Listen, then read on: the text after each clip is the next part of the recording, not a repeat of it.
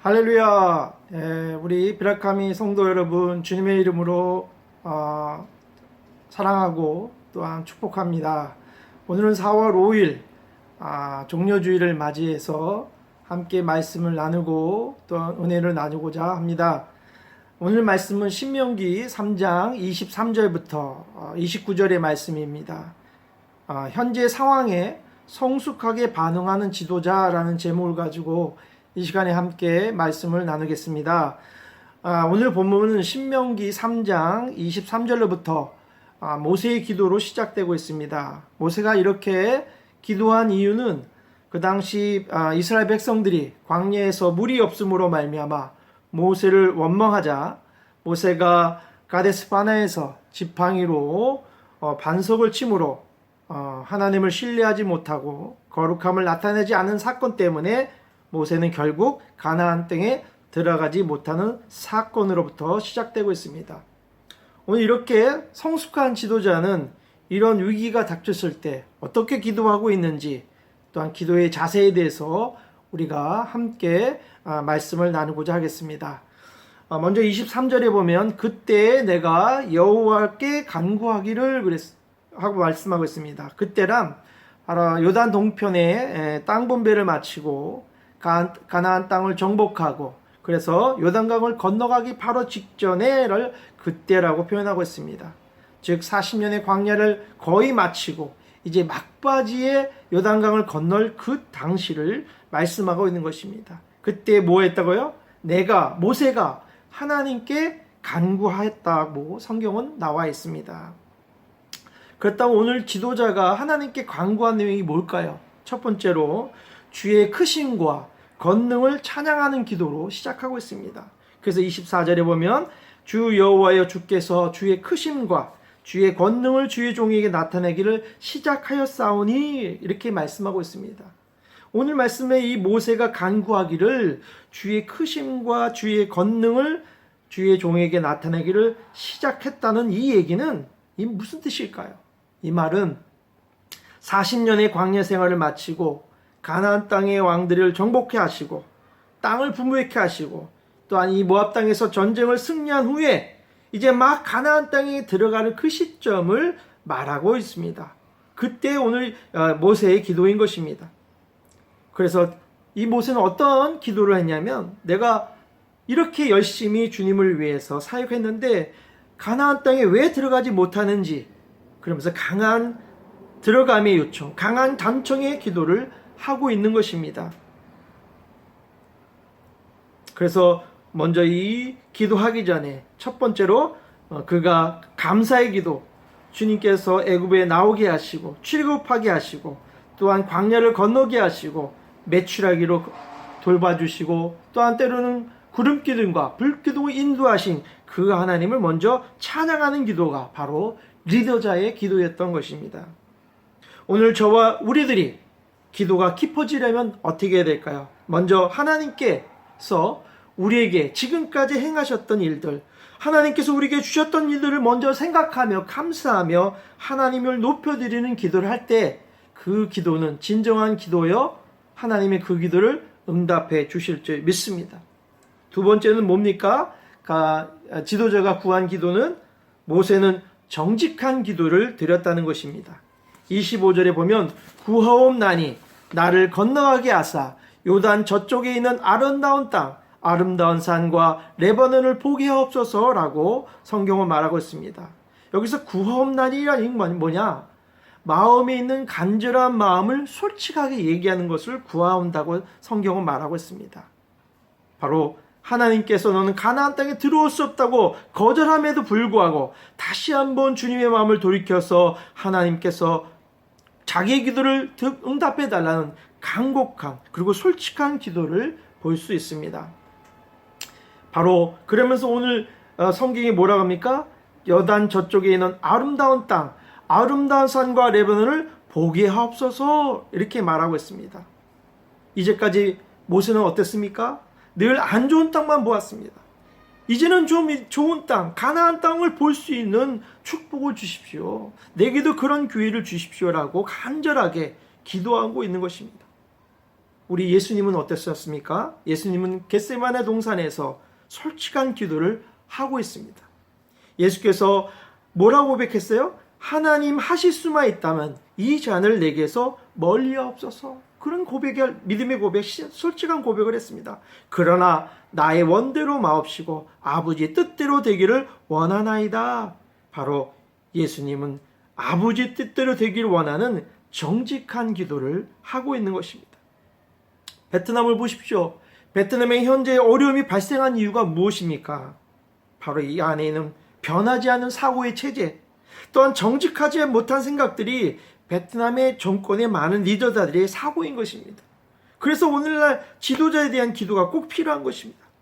지도자가 정직하지 못하면 그 백성이 피해를 받게 되고 결국 어려움과 역경에 처하게 되는 것입니다. 그렇기 때문에 리더자가 거짓된 모습을 보이고 정직한 기도를 할 때, 거짓된 모습을 버리고 그냥 정직한 기도를 할 때 하나님은 그들의 기도를 들으시고 땅을 고치시고 또한 회복해 주시겠다고 성경은 말씀하고 있습니다. 그럼에도 불구하고 이 코로나 위기에 있어서 한국은 어떻습니까?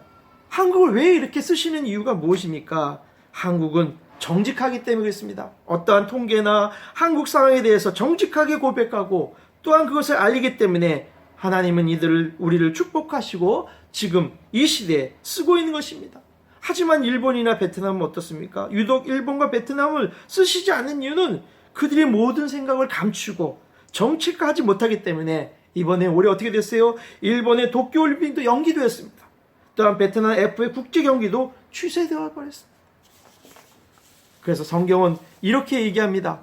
잠언 15장 8절에 보면 여호와는 악인의 기도는 듣지 아니하시고 정직한 자의 기도를 기뻐하신다고 성경은 말씀하고 있습니다. 그렇기 때문에 우리 한 나라의 리더자가 정말 그 사명을 얼마나 중요한지 몰라요. 신중한 사명을 받아들이고 기도할 때 하나님 그들의 기도를 들으셔서 응답해 주실 줄 믿습니다. 세 번째는 어떤 기도를 원하실까요? 바로 어떤 응답이든지 하나님이 주시는 응답이 최선의 응답이라고 믿음으로 고백하는 것입니다. 그래서 26절에 보면 여호와께서 너희 때문에 내게 진노하사 내 말을 듣지 아니하시고 내게 이르시기를 그만해도 족하니 이 일로 다시 내게 말하지 말라. 그렇게 성경은 말하고 있습니다. 내 은혜가 족하다는 거예요. 그래서 이 족하다는 것은 충분하다는 뜻이 충분하다. 그렇기 때문에 이 정도면 충분하게 더 이상 얘기하지 말라 얘기하고 있습니다. 주님은 여호와는 이스라엘 백성들을 광야를 통과하게 하시고 또 너희가 여기까지 온 거 이것이 다 하나님의 은혜임을 고백하라는 것입니다. 그래서 성경은 계속 뭐라고 해요? 내 은혜가 내게 족하다라고 성경은 말씀하고 있습니다. 만약에 모세가 원하는 대로 그가 요구하는 대로 요단강을 건너갔다면 어떻게 됐을까요? 결국 그 은혜는 쏟아버려졌을 것입니다. 더 큰 은혜를 받지 못했을 것입니다.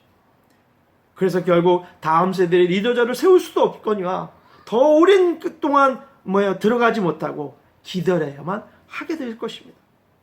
그렇기 때문에 우리는 지금 하나님이 우리에게 응답하시는 그 응답이 가장 최고의 응답임을 믿고 따라갈 때 하나님 이 민족을 사용해 주실 것이고 이 민족을 통하여 온 땅을 구원케 하시고 정복케 하시는 그런 축복의 도구로 우리를 사용해 주실 줄 믿습니다. 그럼에도 불구하고 오늘 27절에는 하나님께서 모세의 기도의 일부분을 들어주고 있는 본문이 나오고 있습니다. 27절에 너는 비스가산 꼭대기에 올라가서 눈을 들어 동서남북을 바라보고 내 눈으로 그 땅을 바라보라. 너는 이 요단을 건너가지 못할 것임이라. 그렇게 성경은 말하고 있습니다. 들어가지는 못하지만 들어가는 건 거절하고 있지만 주님은 그럼에도 불구하고 일부분을 모세가 기도의 응답대로 볼 수 있는 특권을 주신 것입니다. 그래서 비스가산에 올라가 볼 수 있는 특권, 또 멀리 가나안 땅을 볼 수 있는 은혜를 허락해 주셨던 것입니다. 주님은 오늘도 우리의 기도를 세밀하게 자상하게 우리의 기도를 응답해 주시고 또한 그 길을 인도하시는 축복의 하나님인 줄 믿습니다. 마지막으로 28절에는 뭐예요? 기도의 응답은 중요하지만 더 중요한 사명이 있다는 것입니다. 28절에 너는 여호수아에게 명령하고 그를 담대하게 하며 그를 강하게 하라.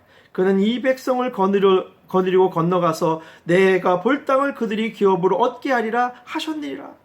모세는 들어가지는 못하지만 해야 될 사명이 있다는 것입니다. 즉 여호수아에게 강력한 리더십을 세우는 것이 더 중요하고 그 더 큰 사명임을 강조하고 있습니다. 지금 이 시대에 우리가 해야 될 일이 무엇일까요? 바로 다음 세대를 키우고 세우는 것이 더 거시적인 목소이며 더 큰 사명인 것입니다. 그래서 성경은 여호수아를 담대하고 그를 강하게 할 것이 모세의 사명이라고 성경은 말씀하고 있습니다. 이것이 마지막 모세의 사명이었던 것입니다. 오늘 우리 가족 구성을 보십시오. 어떤 것이 진정한 중요한 사명입니까? 바로 부모의 사명은 다음 세대를 이끌어갈 자녀 세대를 강력한 리더십으로 세우는 것이 부모의 사명인 것입니다. 모세의 시대처럼 다음 세대의 지도자를 키우고 위임하고 우리를 그렇게 사용하기 원하십니다. 그러기에 우리는 서로 격려하고 세우는 것이 우리의 믿음의 공동체가 해나갈 그러한 사명인 줄 믿습니다. 그리고 마지막 29절에 그때 우리가 벳볼 마쁜 볕 골짜기에 거주하였느니라. 이게 뭡니까? 하나님의 마지막으로 영원한 축복 장소에 거주하는 복을 주시겠다는 것입니다. 즉 우리는 지금 우리의 시선은 우리의 문제만 보지 말아요. 우리 문제만 중요하다고 우리 문제에만 초점을 맞추는 것이 아니라 하나님은 망원경을 거꾸로 보듯이 하나님의 관점으로 이 세상을 보라고 말씀하고 있는 것입니다. 더욱더 중요한 것이 있기에 그것을 더 큰 은혜를 바라보며 감사하며 솔직하게 더 정직하게 사명감을 가지고 깊게 기도하라고 하는 하나님의 충고의 말씀인 것입니다. 사랑하는 성도 여러분, 우리가 이 시대가 어렵고 나라가 어렵고 코로나 때문에 여러 가지 어렵지만 이것을 다시 한번 어떤 문제를 어떻게 바라봐야 될지 그리고 하나님의 관점으로 이 시대를 보고 깊게 보고 멀리 보고 사명감을 가지고 본다면 하나님의 뜻을 가지고 기도할 때 이 땅의 문제가 해결되어지고 다시 이 나라가 회복될 줄 믿습니다. 이런 믿음으로 기도하는 저와 여러분 되시기를 주님의 이름으로 축원드립니다. 기도하겠습니다. 하나님 아버지, 모세가 하나님께 기도할 때 솔직하게 기도했던 것처럼 우리 자신을 고백하기 원합니다.